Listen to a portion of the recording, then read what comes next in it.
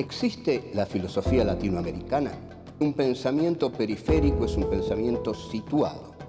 Europa se arroja sobre América Latina la herencia de los pueblos originarios, los proyectos de nación, el porqué de este pensamiento, el rechazo al colonialismo, la unión latinoamericana, la lucha de clases en Argentina, países subalternos, marginados, que no han participado de la centralidad de la historia. América Latina, filosofía y colonialismo. Encuentro 12. El marxismo en América Latina 2. Salvador Allende. 1. La vía pacífica. 2. El golpe. 3. La esencia del hombre y la violencia. 4. La historia es nuestra.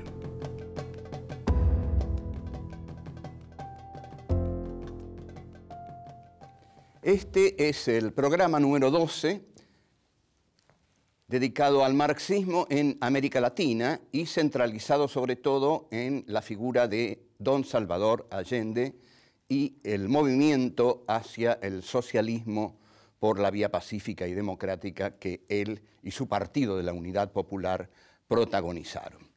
La figura de Salvador Allende es una figura trágica en América Latina por el final trágico que tuvo y por la infamia descarada con que se le organizó un golpe manejado desde Estados Unidos y con el apoyo, por supuesto, de la clase política chilena y de las clases altas chilenas, del ejército chileno, para impedir el proyecto de Salvador Allende. El proyecto de Salvador Allende implicaba un proyecto muy original porque era el proyecto de una vía pacífica. En realidad el marxismo no se propone, no se va a encontrar esto en los textos originarios de los grandes padres fundadores del marxismo, digamos, la vía pacífica y democrática para llegar al poder. En realidad las relaciones entre el marxismo y la democracia son muy conflictivas porque en los textos de Marx y de Engels, la democracia es una palabra hueca, la democracia es una palabra burguesa, porque la democracia es el sistema parlamentario por el cual el burgués, la burguesía, domina a las clases sometidas a través de toda esa caparazón parlamentaria que no es más que el diálogo de los burgueses, de la clase burguesa entre sí misma. Ahora, por eso el marxismo, ya en el Manifiesto Comunista, en las páginas finales, sobre todo en el Manifiesto Comunista, siempre plantea la toma del poder a través de la violencia. El manifiesto de 1848 de Marx y Engels, sobre todo escrito por Marx, dice claramente al terminar que los marxistas, los comunistas, no ocultan sus intenciones, que sus intenciones son tomar el poder a través de la violencia, y que todo movimiento que quiera mantenerse una vez que ha tomado el poder, una vez que ha derrocado el orden establecido, que es el orden de la burguesía, debe sostenerse en el poder a través de la aplicación de la autoridad entendida como la veía Marx en la Revolución Francesa. Y en el texto de Engels, titulado De la autoridad, Engels dice: señores, no hay nada más autoritario que una revolución. Una revolución implica bastillazos, dice sobre todo, ¿no? Bastillazos. ¿Qué es un bastillazo? Bueno, es la toma de la Bastilla.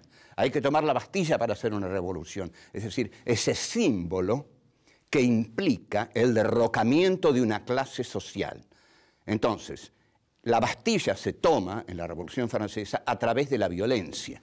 Y la violencia, va a postular Marx, sobre todo en el capítulo 24 del Capital, que se llama la acumulación originaria, el capítulo sobre la acumulación originaria, va a hablar de la violencia como la partera de la historia. Y aquí vemos nuevamente la cuestión de la dialéctica en Marx. Es decir, cuando una sociedad está lo suficientemente madura como para ser derrocada por otra dentro de la dialéctica histórica, es la violencia la que resuelve esta situación. O sea, no hay resolución dialéctica sin una acción violenta de la clase que viene a superar a la anterior. Si la burguesía viene a superar a la monarquía, como en la Revolución Francesa, lo hace a través de la violencia. Y esa violencia es la partera de la historia, la que hace nacer una nueva sociedad, hace nacer la sociedad burguesa. La sociedad burguesa no bien nace, engendra al proletariado industrial. Y este proletariado industrial, en determinado momento, se alza en armas violentamente contra la vieja sociedad, y es entonces la violencia la que va a hacer que el proletariado derroque a la burguesía. En verdad, este es un esquema bastante biologista, es como si la historia fuera una especie de gran madre y necesitara una gran partera, y la gran partera fuera la violencia. Pero todo esto tuvo un enorme auge. Nadie cuestionó, digamos, los defectos mecanicistas que había en esta concepción dialéctica que Marx había tomado de Hegel, ni nadie cuestionó la cuestión de la dialéctica como partera de la historia, ni la palabra partera. ¿Para qué la palabra partera? ¿Qué es la palabra partera? ¿Qué es la historia, entonces? Una mujer que da a luz constantemente. No, la historia es algo mucho más complejo que eso. Pero, bueno, esto no se problematizó. Y el que sí lo problematiza, el que sí trae algo nuevo, es Salvador Allende, la Unidad Popular y la postulación de la vía pacífica para llegar al socialismo a través de la democracia. Volvemos.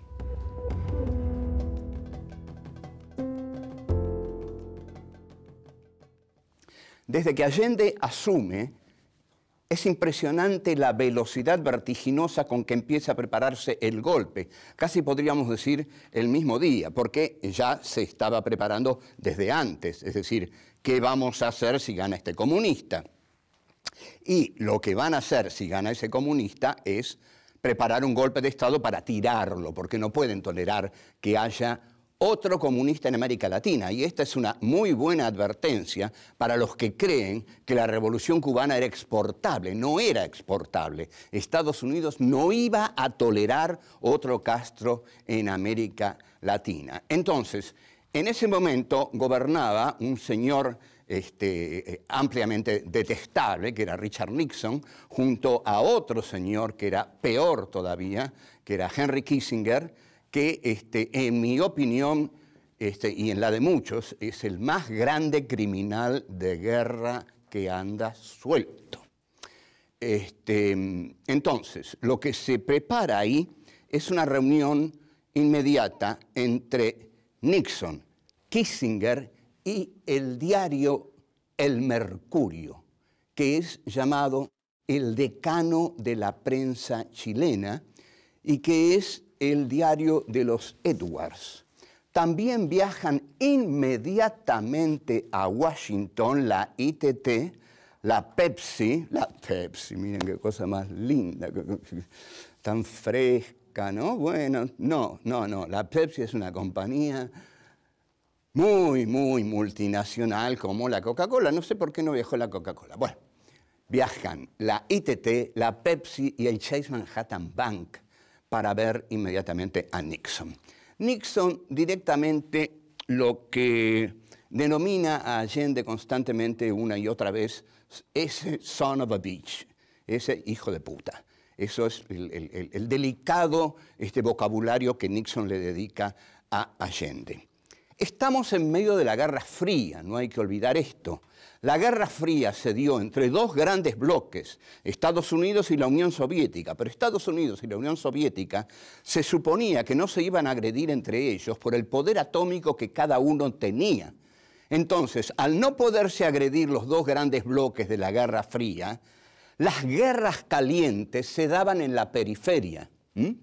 Vietnam, por ejemplo, Vietnam, Argelia, Eran todas guerras calientes de la Guerra Fría. Eran todas guerras visualizadas por Occidente como guerras contra el marxismo. La guerra contra el Frente de Liberación Nacional Argelino, los generales franceses lo dicen claramente. Nosotros no estamos peleando una guerra colonial aquí, estamos peleando una guerra contra el marxismo. Lo mismo que en Vietnam. Hay que frenar el marxismo.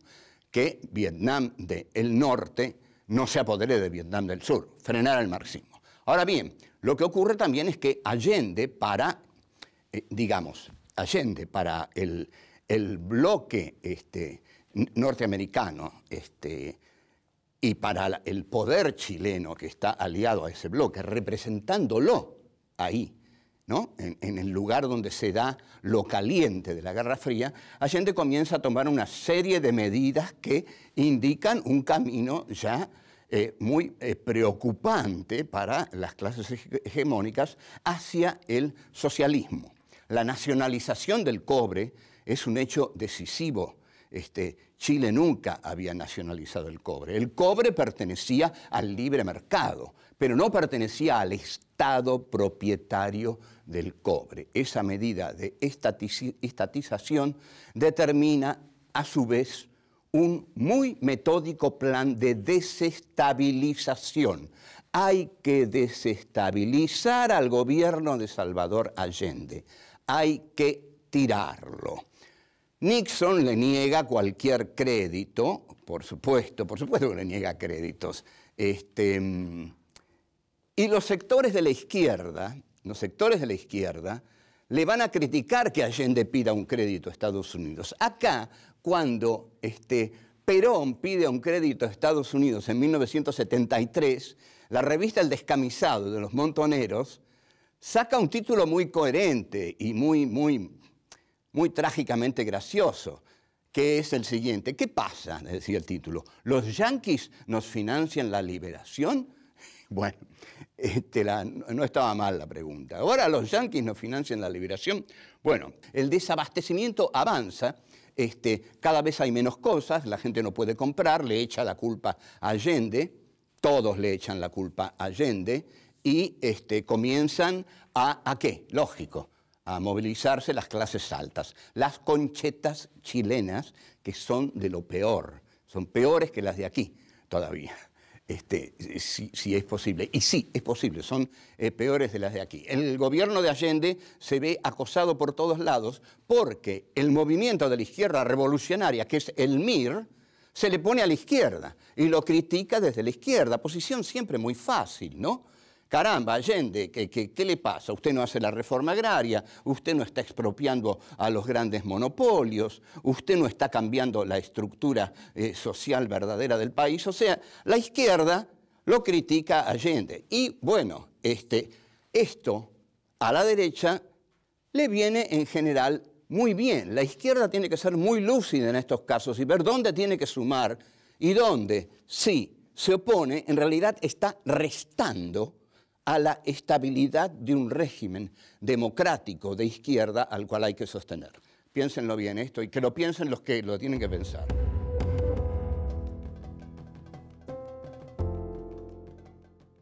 Allende cae en 1973. Hay que pensar la importancia que ya tenía la prensa, es decir, lo mediático, en la desestabilización de un gobierno. Ahora es mucho mayor, el poder mediático directamente representa la derecha en América Latina y su tarea es impedir que los gobiernos giren hacia medidas populistas, distribucionistas y impidan, la primacía del mercado. Pero en 1973 ya el Mercurio de Chile, que pertenece a la familia Edwards, está bancado, digamos, por Estados Unidos. Le dan $2 millones al diario El Mercurio para que desestabilice al gobierno de Allende. Y los Edwards muy contentos, incluso hay un reportaje, que le voy a decir esto muy breve, que le hacen unas chicas a Agustín Edwards y le dicen, ¿a usted le parece bien que Pinochet haya prohibido todos los diarios al día siguiente del golpe. Y este señor Edwards, que realmente parece medio tonto, ¿no? Pero bueno, responde, que parece medio tonto, quiero decir que seguramente eran otros los que manejaban las cosas más macabras del diario, que este era un tarado que, bueno, ponía el nombre de la familia. Dice, pero ¿cómo no me va a parecer bien? Si me eliminan la competencia, yo me pongo muy contento. Bueno, es una respuesta memorable. Entre tanto, Fidel Castro visita Chile, recorre Chile, mira Chile junto a Allende, y la respuesta que le da es: vuelvo a Cuba más radical que nunca, solo la acción violenta va a derrocar al capitalismo. O sea, hay una crítica a la vía pacífica de Salvador Allende, porque el pensamiento de Allende era, como dijimos, estrictamente y esta era la originalidad de don Salvador. Podemos llegar al socialismo a través de la vía pacífica y a través de la democracia. En los 70 esto era muy problemático y lo sigue siendo.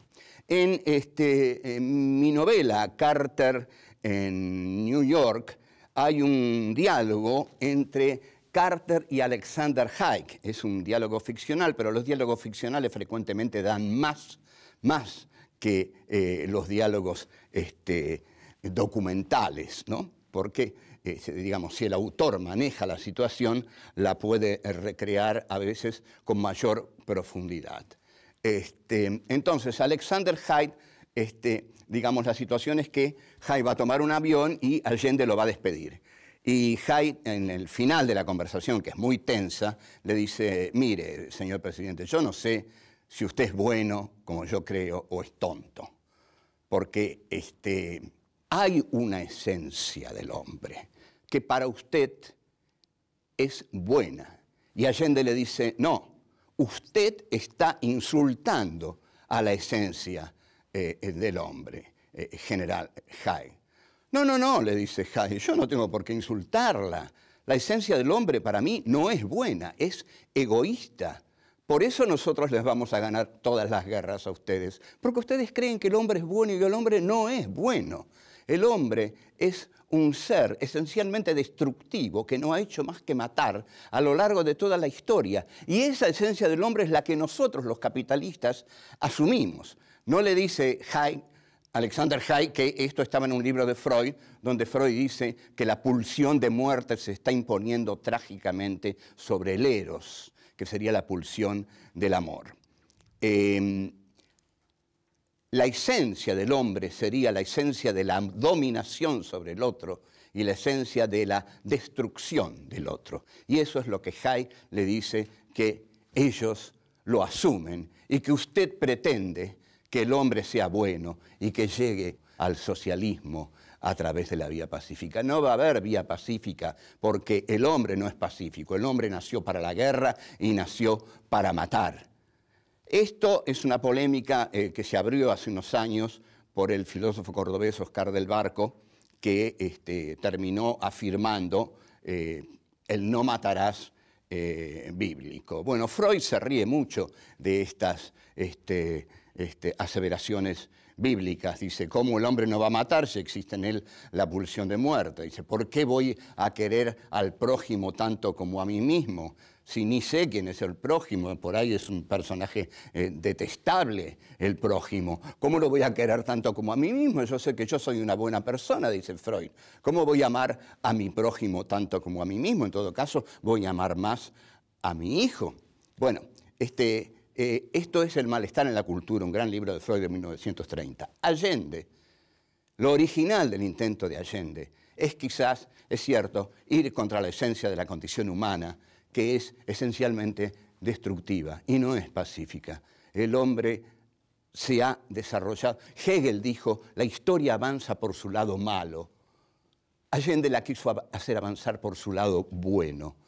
Y evidentemente pareciera que la historia avanza de negación en negación, de catástrofe en catástrofe, de masacre en masacre, y entonces la vía pacífica al socialismo quedaría edulcorada y don Salvador Allende quedaría como, bueno, vamos a ver cómo queda, porque la izquierda le reprocha que la vía pacífica al socialismo es la vía pacífica al desastre, al desastre. Y bueno, vamos a ver después qué es lo que opina don Salvador Allende, una de las figuras más puras, más formidables del pensamiento de América Latina. Vuelvo.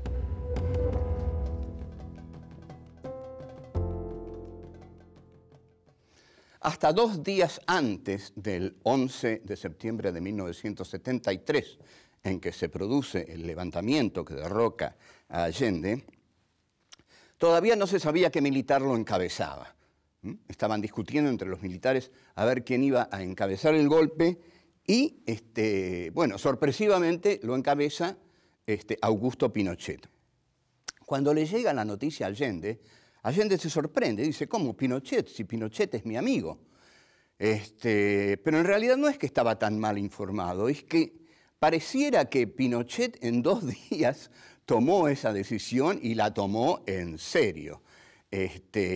Bueno, la barbarie de los militares y los carabineros chilenos se desata de un modo total. Allende se refugia en La Moneda, tiene una metralleta y un casco con él, y está el GAP, el grupo de amigos del presidente, que son los que se quedan con él a rodearlo hasta el fin. El presidente no se va a ir del Palacio de la Moneda.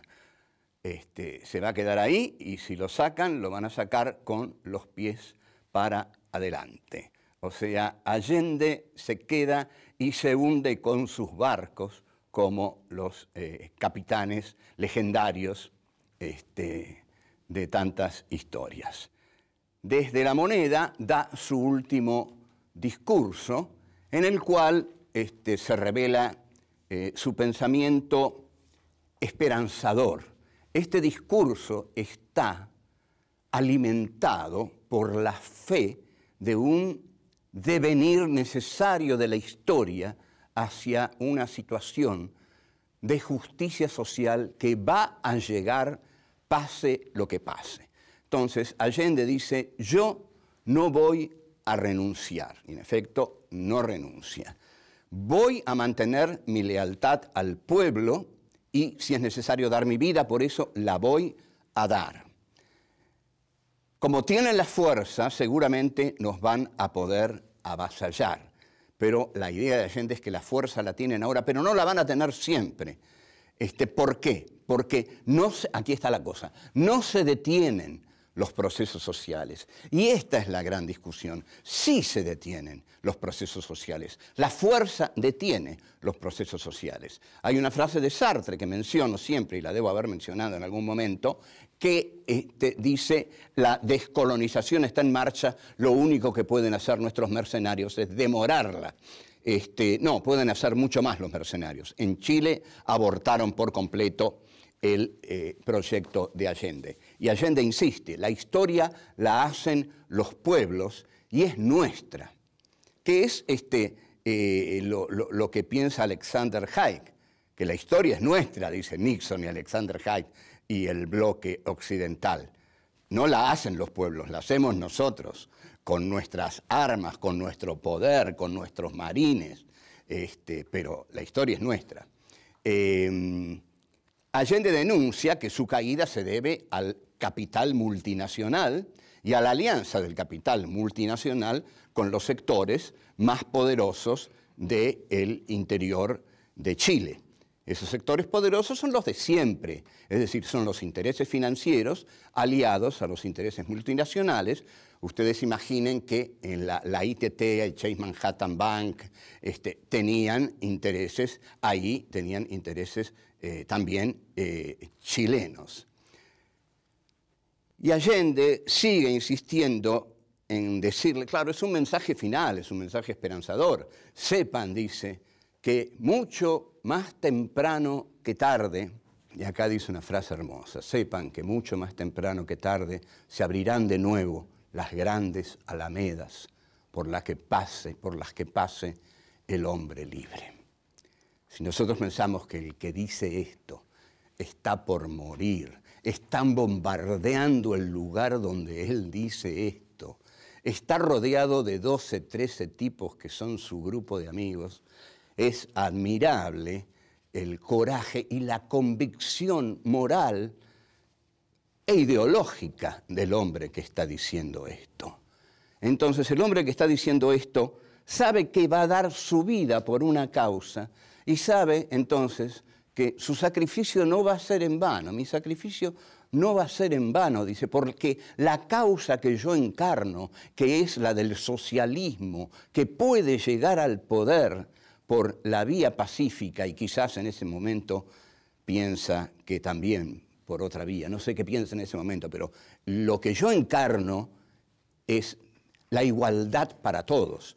Encarno lo contrario del capitalismo, que es un sistema de expoliación, el sistema de la desigualdad. Yo quiero la igualdad, dice Allende, y esa es la idea que esencialmente encarno. El pueblo va a tener que defenderse, pero tampoco debe sacrificarse, dice Allende, que asume que el que se va a sacrificar es él.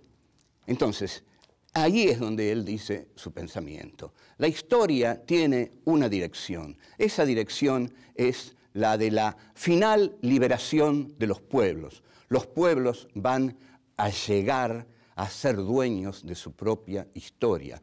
Y las grandes alamedas siempre van a continuar abriéndose, aún después de las grandes derrotas, para que por ellas pasen los hombres libres, que cada vez van a ser más. Por esa causa, Salvador Allende da la vida, no se escapa, no se va, se queda ahí y, en efecto, lo matan, algunos dicen que se suicida, bueno, puede ser, si vienen 5 carabineros y están a 10 metros, me pego un tiro.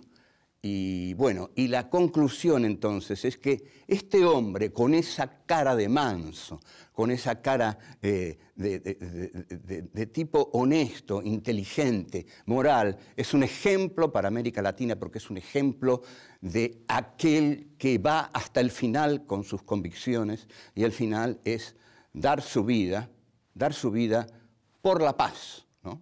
Esto es algo notable que define a don Salvador Allende. Salud, don Salvador Allende.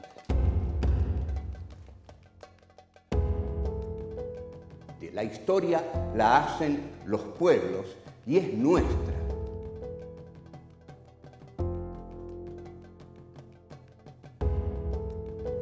Solo la acción violenta va a derrocar al capitalismo.